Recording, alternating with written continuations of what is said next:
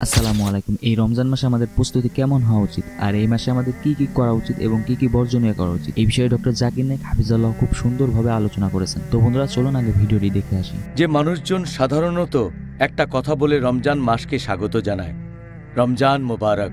কিছু মানুষ বলে এটা বিদা, আবার কেউ বলে এটা সুন্নত। এই ব্যাপারে আপনি কি বলবেন? কোনো মাসকে স্বাগত জানানো ভালো, আলহামদুলিল্লাহ। আর আমাদের নবী সবসময় লোকজনকে জানিয়ে দিতেন এই মাসের ব্যাপারে। এ ব্যাপারে আমি আগেও বলেছি যে আমাদের নবী মুহাম্মদ সাল্লাল্লাহু আলাইহি ওয়াসাল্লাম, এটার উল্লেখ আছে মুসনাদ আহমদ, খণ্ড নম্বর 2, পৃষ্ঠা নম্বর 230, হাদিস নম্বর 7148।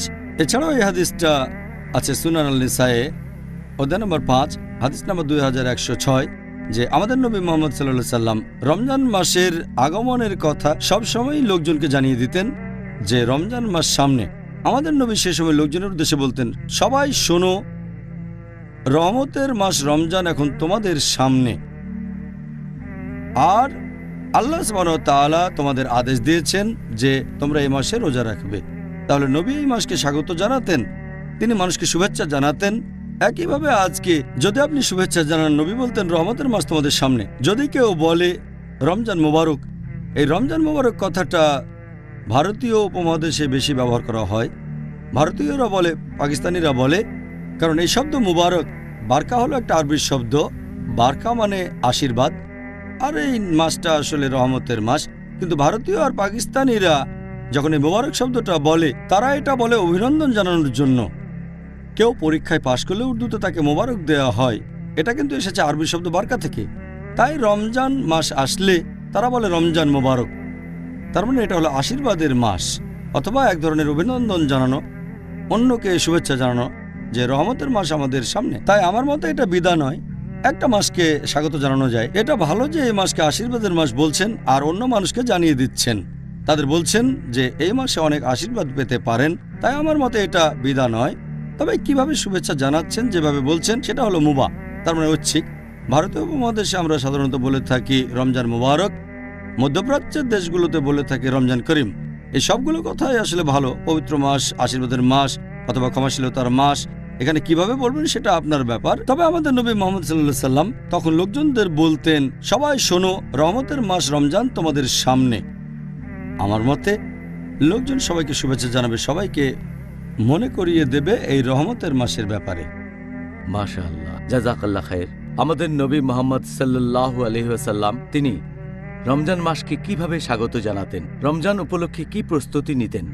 এরকম একটা হাদিস আছে সহিহ বুখারীতে, খণ্ড নম্বর 3, বুক অব ফাস্টিং, হাদিস নম্বর 1969। আমাদের নবীর স্ত্রী হযরত আয়েশা রাদিয়াল্লাহু আনহা তিনি বলেছেন যে নবী তিনি রমজান মাস ছাড়া অন্য কোনো মাসেই সবগুলো দিন রোজা থাকতেন না, আর অন্যান্য মাসগুলোর মধ্যে শাবান মাসে তিনি সবচেয়ে বেশি রোজা রাখতেন। তাহলে এই হাদিস থেকে আমরা জানতে পারি যে নবী মুহাম্মদ সাল্লাল্লাহু আলাইহি সাল্লাম পবিত্র রমজান মাসকে স্বাগত জানানোর জন্য তার আগের মাসে অন্যান্য মাসের চেয়ে বেশি রোজা রাখতেন, আর সেটা হচ্ছে শাবান মাস। এভাবে আমাদের নবী রমজান মাসের জন্য প্রস্তুতি নিতেন। এছাড়াও আপনারা দেখবেন আরেকটা সহিহ হাদিস আছে তিরমিজিতে, অধ্যায় নম্বর 50, হাদিস নম্বর 3451। বলা হয়েছে যে তালহা রাদিয়াল্লাহু আনহু তিনি তার বাবার উদ্ধৃতি দিয়ে বলেছেন যে উনার বাবা, তার মানে তালহার দাদা, তিনি বলেছেন, যখনই আমাদের নবী নতুন চাঁদ দেখতেন তখনই আল্লাহর কাছে দোয়া করতেন আর বলতেন, হে আল্লাহ, এই মাসে আমাদের রহমত করো। তখন তিনি সেই মাসের নামটা বলতেন, তারপর বলতেন, এই মাসে তুমি আমাদের বিশ্বাসের পথে অটল রাখো। এভাবে আমাদের নবী আল্লাহ সুবহানাহু ওয়া তাআলার কাছে দোয়া করতেন যখনই তিনি নতুন মাসের চাঁদ দেখতেন। শুধু রমজান মাসের নতুন চাঁদ দেখলে যে তিনি এভাবে দোয়া করতেন তা নয়, সব মাসের নতুন চাঁদ দেখলে তিনি এটা করতেন। আর তিনি পবিত্র রমজান মাসে বিশেষভাবে যেটা করতেন সেটা হচ্ছে তিনি এই পবিত্র মাসের আগমনের কথা লোকজনকে জানিয়ে দিতেন। আর এটার উল্লেখ আছে মুসনাদ আহমদে, খণ্ড নম্বর 2, পৃষ্ঠা নম্বর 230, হাদিস নম্বর 7148, যে নবী মুহাম্মদ সাল্লাল্লাহু আলাইহি সাল্লাম তিনি লোকজনকে বলতেন যে তোমরা সবাই শোনো, এই রহমতের মাস এখন তোমাদের সামনে, আর আল্লাহ সুবহানাহু ওয়া তাআলা আদেশ দিয়েছেন যে এই মাসে তোমরা রোজা রাখবে।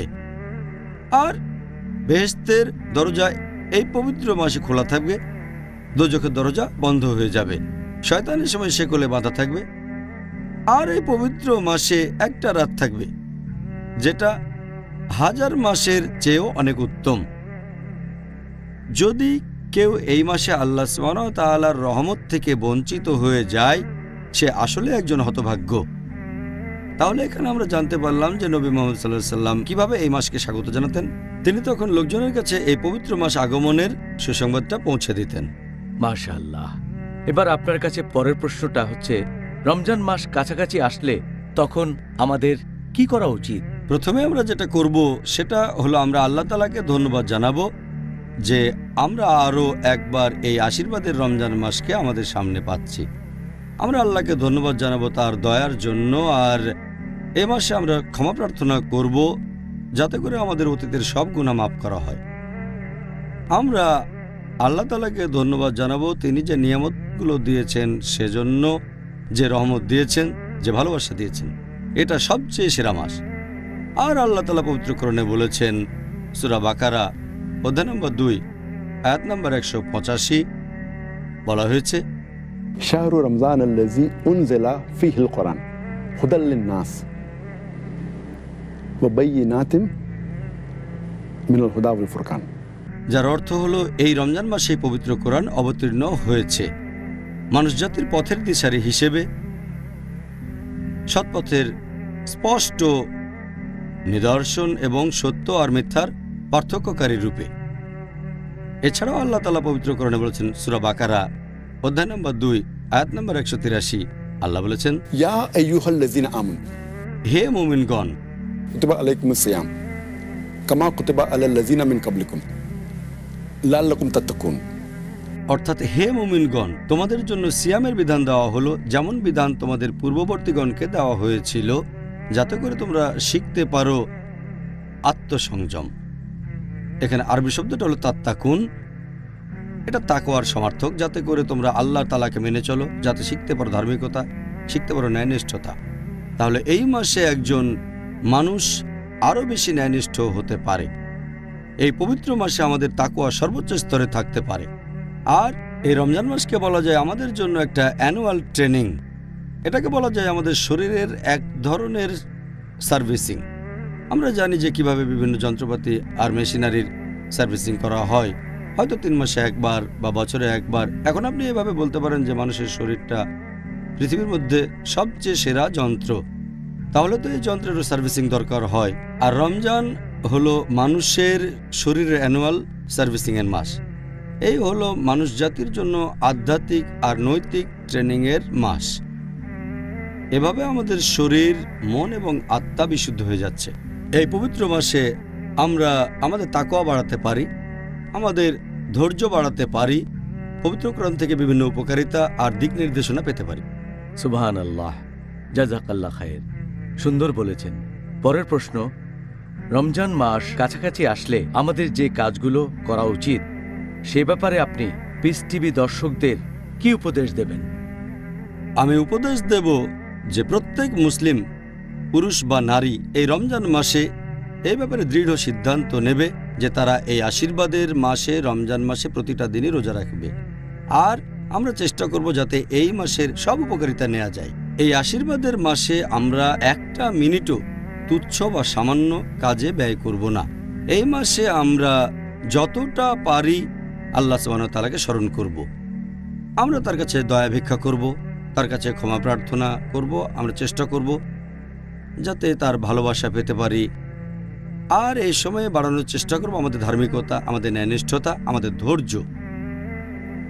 আর আমাদের নবী মুহাম্মদ সাল্লাল্লাহু আলাইহি ওয়াসাল্লাম বলেছেন, সহিহ বুখারী খণ্ড নম্বর 3 বুক অফ ফাস্টিং হাদিস নম্বর 1903, আমাদের নবী মুহাম্মদ সাল্লাল্লাহু আলাইহি ওয়াসাল্লাম বলেছেন, যদি কেউ মিথ্যে কাজ আর মিথ্যে কথা থেকে বিরত না থাকে, আল্লাহ সুবহানাহু ওয়া তাআলা তার খাদ্য গ্রহণ বা পানীয় গ্রহণ থেকে বিরত থাকাটাও দেখবেন না।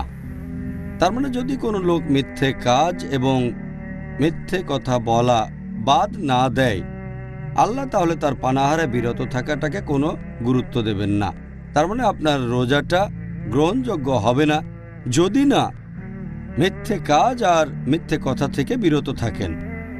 আমাদের প্রিয় নবী মুহাম্মদ সাল্লাল্লাহু আলাইহি ওয়াসাল্লাম তিনি আরো বলেছেন, এটাও একটা সহিহ হাদিস যেটা উল্লেখ করা হয়েছে মুসনাদ আহমদে, খণ্ড নম্বর 2, পৃষ্ঠা নম্বর 230, হাদিস নাম্বার 7148। এই হাদিসটা এছাড়াও আছে সুনান আল নিসাইতে, অধ্যায় নম্বর 5, হাদিস নাম্বার 2106।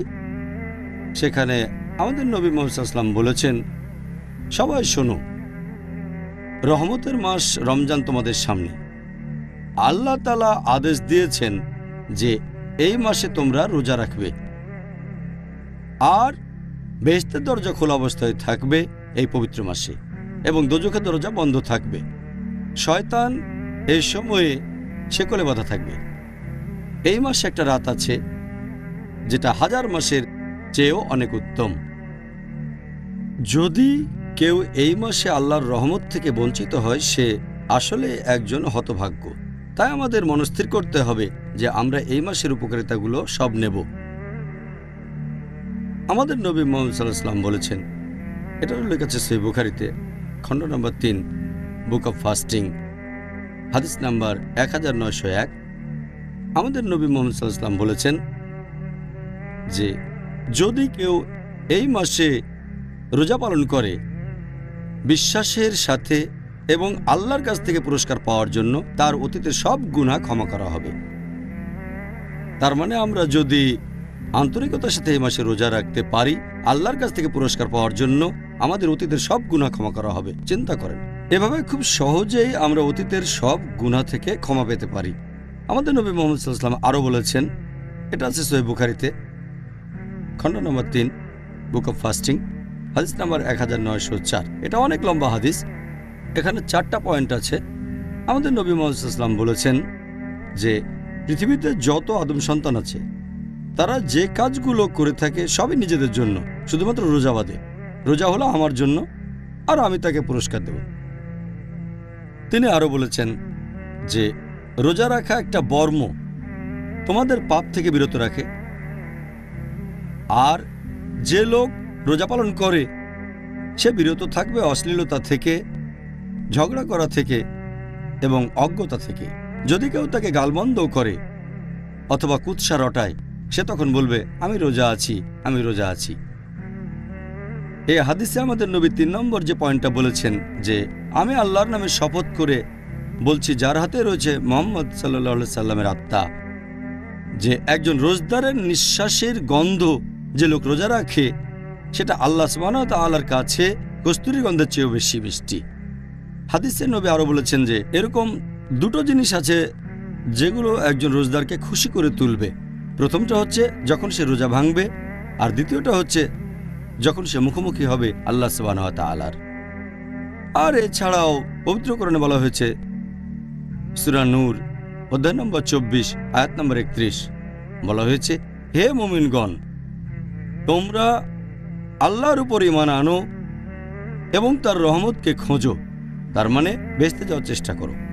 এরপর আছে সূরা আহকাফ অধ্যায় নম্বর 46, আয়াত নম্বর 13 ও 14, যে এমন কিছু মানুষ যারা আল্লাহ ব্যতীত অন্য কারো ইবাদত করে না এবং যারা তাদের ঈমানে অবিচলিত থাকে। এখানে শব্দটা ইস্তেকাম, যারা বিশ্বাসে অবিচলিত থাকে যে আল্লাহ কেবলমাত্র একজন, অন্য কেউ নেই, এবং তারা কখনো ভয় পাবে না, তারা দুঃখিত হবে না। এই লোকগুলোই তারা যারা হবে জান্নাতের অধিবাসী, এবং তারা তাদের সব ভালো কাজের জন্য পুরস্কার পাবে। তাই আমি দর্শকদের উপদেশ দেব, এই মাসটাকে তারা পুরোপুরি কাজে লাগাবে। এ সময় তুচ্ছ জাগতিক ব্যাপারে সময় নষ্ট করবে না, সময় ব্যয় করবে আল্লাহ তাআলার ইবাদত করে, আল্লাহকে স্মরণ করে এবং তার কাছে ক্ষমা প্রার্থনা করে। মাশাআল্লাহ। এবার পরের প্রশ্নটা হচ্ছে, আপনি একটু আগেই এ ব্যাপারে কয়েকটা সুন্দর হাদিসের কথা উল্লেখ করলেন, তবে ঠিক কোন কারণে রমজান মাসকে ক্ষমা প্রার্থনা বা তওবা করার মাস বলা হয়, আর এটা বলা হয় কেন? হ্যাঁ, এই ব্যাপারে আমি আগেও বলেছি যে আমাদের নবী মুহাম্মদ সাল্লাল্লাহু আলাইহি ওয়াসাল্লাম বলেছেন, এটা একটা সহিহ হাদিস আছে সহিহ বুখারীতে, খণ্ড নম্বর 3, বুক অফ ফাস্টিং, হাদিস নম্বর 1901। আমাদের নবী মুহাম্মদ সাল্লাল্লাহু আলাইহি ওয়াসাল্লাম বলেছেন, যদি কেউ পবিত্র রমজান মাসে রোজা রাখে সঠিক নিয়তের সাথে, ঈমানের সাথে আল্লাহ সুবহানাহু ওয়া তাআলার কাছ থেকে পুরস্কার লাভের আশায় তার অতীতের সব গুনাহ ক্ষমা করা হবে।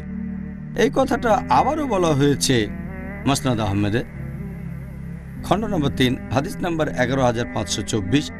সেখানে বলা হয়েছে, যদি কোনো লোক এই পবিত্র রমজান মাসে রোজা রাখে সঠিক নিয়তের সাথে আল্লাহ সুবহানাহু ওয়া তাআলার কাছ থেকে পুরস্কার লাভের আশায়, তার অতীতের সব গুনাহ ক্ষমা করে দেয়া হবে।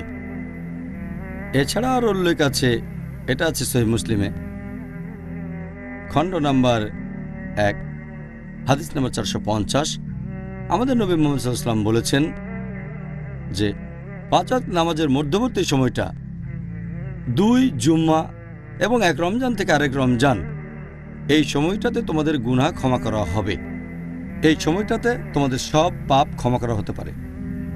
আমাদের প্রিয় নবী মুহাম্মদ সাল্লাল্লাহু আলাইহি ওয়াসাল্লাম আরও বলেছেন, এটা উল্লেখ আছে সহিহ মুসলিম, খণ্ড নম্বর 4, বুক অব তাওবা, হাদিস নাম্বার 6644। আমাদের প্রিয় নবী মুহাম্মদ সাল্লাল্লাহু আলাইহি ওয়াসাল্লাম বলেছেন যে আল্লাহ সুবহানাহু ওয়া তাআলা রাতের বেলায় কেউ যদি ক্ষমা প্রার্থনা করে থাকে, আল্লাহ তখন তার দিনের বেলায় করা পাপগুলো ক্ষমা করে দেন। আর আল্লাহ সুবহানাহু ওয়া তাআলা দিনের বেলায় কেউ ক্ষমা প্রার্থনা করলে তার সেই পাপগুলো ক্ষমা করে দেন যেগুলো করেছে রাতের বেলায়। তাই এটা হলো ক্ষমা প্রার্থনার জন্য সেরা একটা মাস, এই পবিত্র রমজান মাস। এই মাসে সহজে নিজের পাপগুলো থেকে ক্ষমা পেতে পারেন, কারণ বেহেশতের দরজা এই সময় খোলা থাকে, দোজখের দরজা বন্ধ থাকে। সেজন্য রমজানকে বলা হয় ক্ষমার মাস। আল্লাহু আকবার। এই কারণে সবাই এই মাসে ইবাদতে মগ্ন থাকে। কারণটা তাহলে জানলাম। সুবহানাল্লাহ। ডাক্তার জাকির, এই পবিত্র রমজান মাসে মুসলিমদের কি বিশেষ কিছু কাজের প্রতি মনোযোগ দেওয়া উচিত? আর আমরা জানি যে দর্শকরা আপনার কাছ থেকে এটা জেনে দারুণভাবে উপকৃত হবেন যে এই মাসে তাদের কোন কাজটা করা উচিত, আর তারা এখন থেকেই রমজানের জন্য প্ল্যান করতে পারবেন।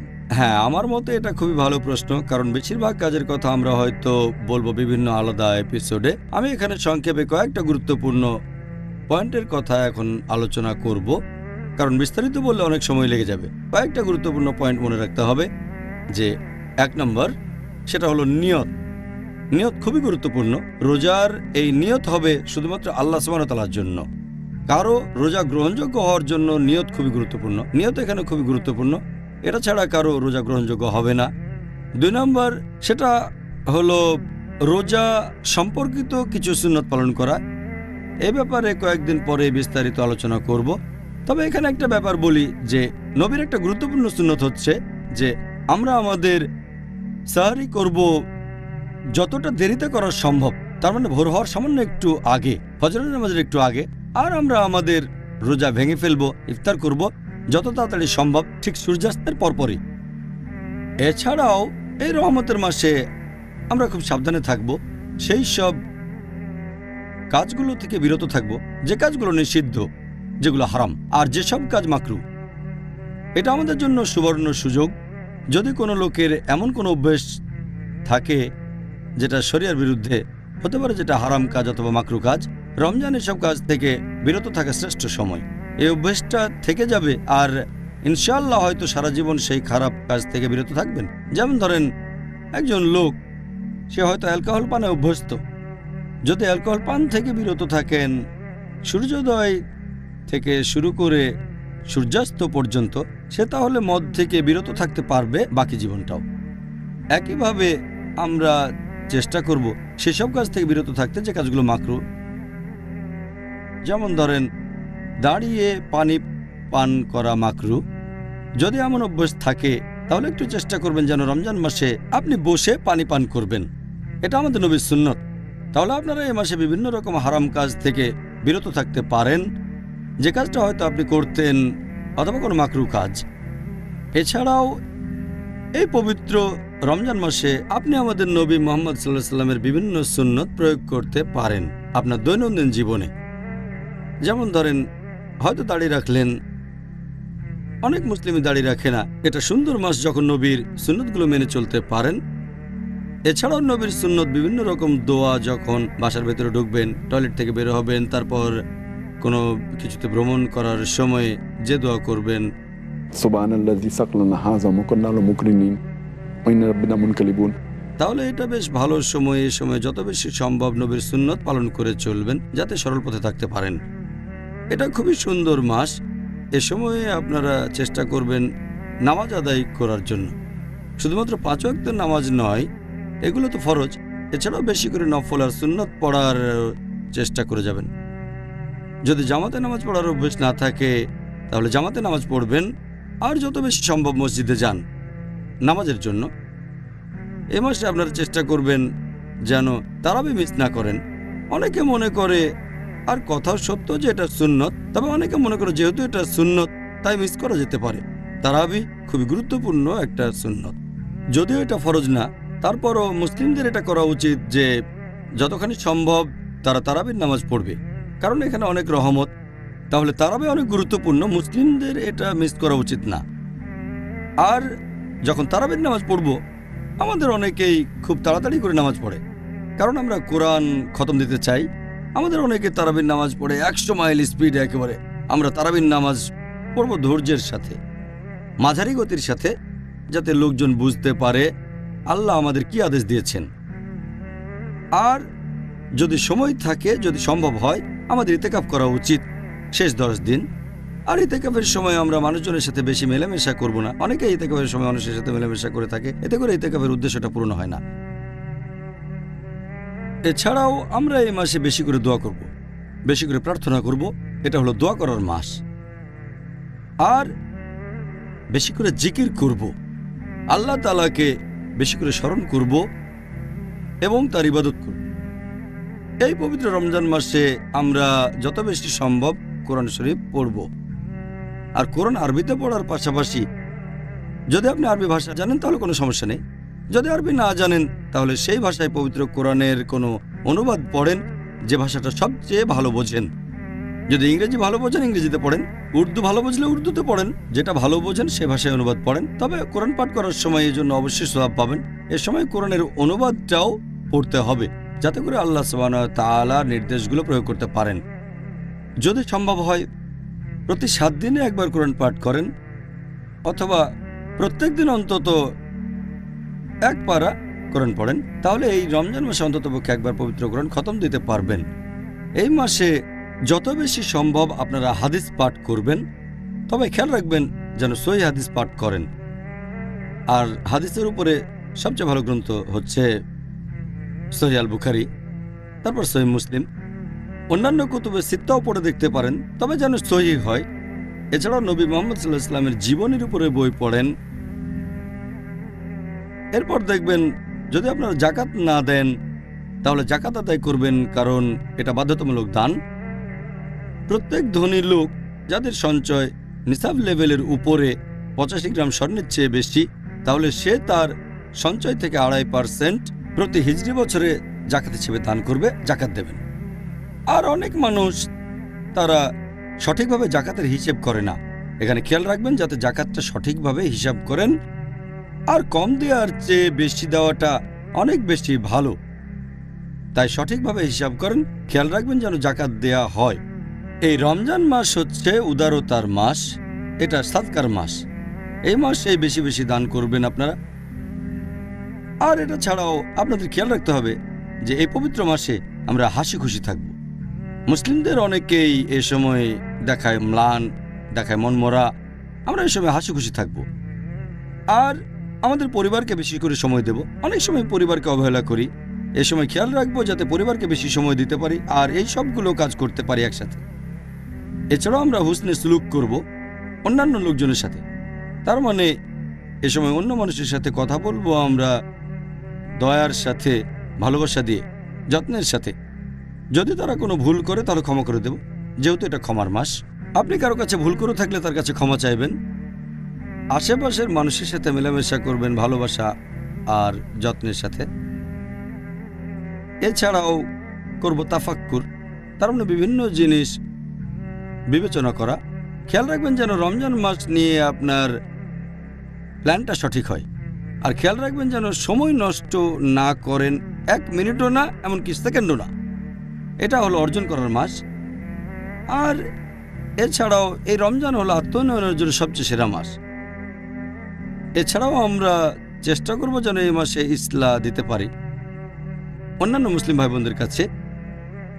এটা দাওয়া দেওয়ার জন্য সেরা মাস, তার মানে অমুসলিমদের কাছে ইসলামের বাণী পৌঁছে দেয়া। তাই আমি মুসলিম ভাই বোনদের অনুরোধ করব যে আপনারা সঠিকভাবে এই মাসের প্ল্যানটা করবেন আর খেয়াল রাখবেন যেন এই মাসের প্রত্যেকটা সেকেন্ডকে কাজে লাগাতে পারেন। আমিন। ডক্টর জাকির, তাহলে এই রমজান মাস হলো আমাদের জন্য একটা সুযোগ।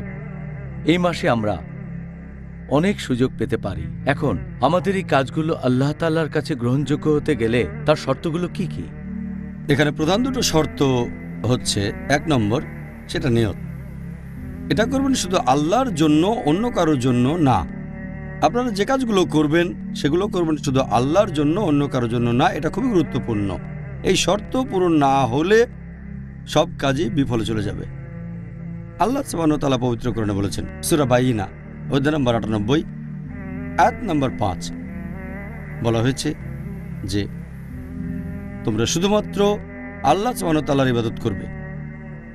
এটা করবে শুধু তার জন্য, অন্য কারোর জন্য না।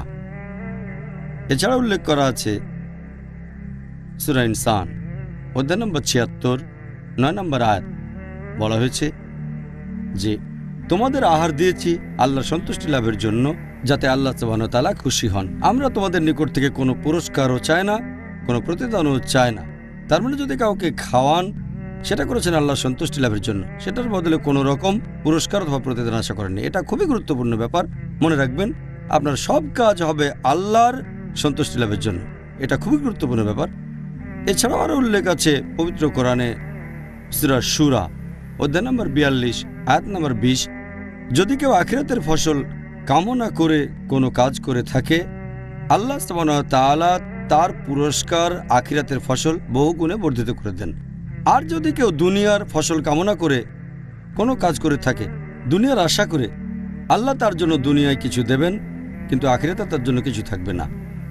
আল্লাহ এই কথা আবারও বলেছেন সূরা হুদ অধ্যায় নম্বর 11 আয়াত 15 ও 16, যে যদি কেউ পৃথিবীর জীবন আর তার শোভা কামনা করে অথবা কোনো কাজ করে এই দুনিয়ার খাতিরে, আর এই পৃথিবীর জৌলুস কামনা করে, আল্লাহ সুবহানাহু ওয়া তাআলা এই দুনিয়ায় তাকে কিছু দেবেন, কিন্তু আখিরাতে তার জন্য কিছুই থাকবে না, শুধুমাত্র আগুন ছাড়া। আর তারা যে কাজ করে সেগুলো সব আখিরাতে নিষ্ফল হয়ে যাবে। সেজন্য যাই করেন সেটা হবে আল্লাহ সুবহানাহু ওয়া তাআলার জন্য। আর ইসলাম ধর্মের দ্বিতীয় খলিফা হযরত ওমর রাদিয়াল্লাহু আনহু, এটার উল্লেখ আছে সহিহ বুখারীতে খণ্ড নম্বর 1 হাদিস নম্বর 1। হযরত ওমর রাদিয়াল্লাহু আনহু তিনি বলেছেন যে আমাদের নবী মুহাম্মদ সাল্লাল্লাহু আলাইহি ওয়াসাল্লাম বলেছেন, ইন্নামাল আমালু বিন্নিয়াত, যার অর্থ তোমাদের কাজের বিচার হবে তোমাদের নিয়ত দিয়ে। আমাদের নবী আরও বলেছেন যে তোমাদের সব কাজের ভিত্তি হলো নিয়ত। যদি কেউ হিজরত করে আল্লাহ এবং রাসূলের জন্য, তাহলে সেটা আল্লাহ আর তার রাসূলের জন্য। আর যদি কেউ হিজরত করে, দেশ ত্যাগ করে জাগতিক সুবিধার জন্য অথবা বিয়ের জন্য, তাহলে সেটা করেছে জাগতিক সুবিধার বিয়ের জন্য। তাই নিয়ত খুবই গুরুত্বপূর্ণ। আর এই কথাটা আরও আছে অন্য আরেকটা হাদিসে, আছে সহিহ মুসলিমে খণ্ড নম্বর 4 হাদিস নম্বর 7114, বলা হয়েছে যে আমাদের প্রিয় নবী মুহাম্মদ সাল্লাল্লাহু আলাইহি ওয়াসাল্লাম বলেছেন যে আল্লাহ সুবহানাহু ওয়া তাআলা বলেছেন যে আমি একাই স্বয়ংসম্পূর্ণ, আমার কোনো সাহায্যকারীর প্রয়োজন নেই। যদি কেউ কোনো কাজ করে অন্যের জন্য পাশাপাশি আমার জন্য, আমি সেটা ত্যাগ করি, কারণ এখানে সে অন্য কাউকে শরীক করেছে। তার মানে কিছু অংশ করেছে আল্লাহর জন্য আর কিছু অংশ অন্যের জন্য। এরকম করতে পারবেন না, করবেন শুধুমাত্র আল্লাহ সুবহানাহু ওয়া তাআলার জন্য, শুধুমাত্র তার জন্য, আর কারোর জন্য না। আল্লাহ তাআলা তার সাথে কাউকে শরীক করাকে পছন্দ করেন না। এটা গুরুত্বপূর্ণ, এটা একটা বেসিক ব্যাপার। আর সেটা হলো নিয়ত।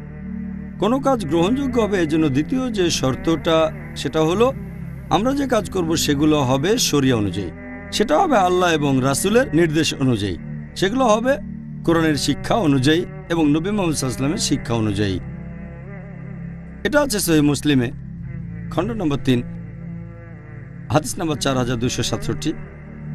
আমাদের প্রিয় নবী মুহাম্মদ সাল্লাল্লাহু আলাইহি ওয়াসাল্লাম বলেছেন যে যদি তোমার কাজগুলো আমাদের পথ অনুযায়ী না হয়, ইসলাম ধর্ম অনুযায়ী না হয়ে থাকে, কোরআন ও সহিহ হাদিস অনুযায়ী না হয়, তাহলে সেটা বাতিল করা হয়। তার মানে আপনার কাজ গ্রহণযোগ্য হতে গেলে সেটা কোরআন ও সহিহ হাদিস অনুযায়ী হতে হবে। আর এটার উল্লেখ আছে আরেকটা সহিহ হাদিসে, আবু দাউদ খণ্ড নম্বর 3 হাদিস নম্বর 4950।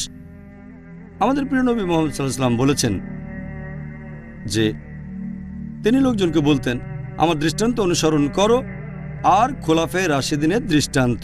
তার মানে সঠিকভাবে নির্দেশিত খলিফাগণ যদি তাদের অনুসরণ করেন, তাদের আঁকড়ে ধরেন একেবারে শক্ত করে, তার মানে কঠোরভাবে মেনে চলেন আমাদের নবীর সুন্নত, আমার সুন্নত, নবী বলেছেন তার সুন্নত, তার পথ আর খোলাফায়ে রাশেদিনের দেখানো পথ, মানে সঠিকভাবে নির্দেশিত খলিফাগণ। কোনো কাজ গ্রহণযোগ্য হতে গেলে নিয়ত হবে শুধুমাত্র আল্লাহ সুবহানাহু ওয়া তাআলার জন্য, আর সেটা হবে শরিয়া অনুযায়ী, কোরআন সুন্নাহ অনুযায়ী। সুবহানাল্লাহ, আপনি খুব সুন্দর উত্তর দিয়েছেন, ধন্যবাদ, আলহামদুলিল্লাহ। তো বন্ধুরা অনেক সুন্দর করে আমাদেরকে বুঝিয়ে দিলেন। তো বন্ধুরা এই ধরনের নতুন নতুন ইসলামিক ভিডিও পেতে হলে অবশ্যই আমাদের চ্যানেলটিকে সাবস্ক্রাইব করবেন এবং ফেসবুক পেজে দেখে থাকলে অবশ্যই আমাদের পেজটিকে ফলো করবেন। তো বন্ধুরা আজকের ভিডিও পর্যন্ত, আসসালামু আলাইকুম।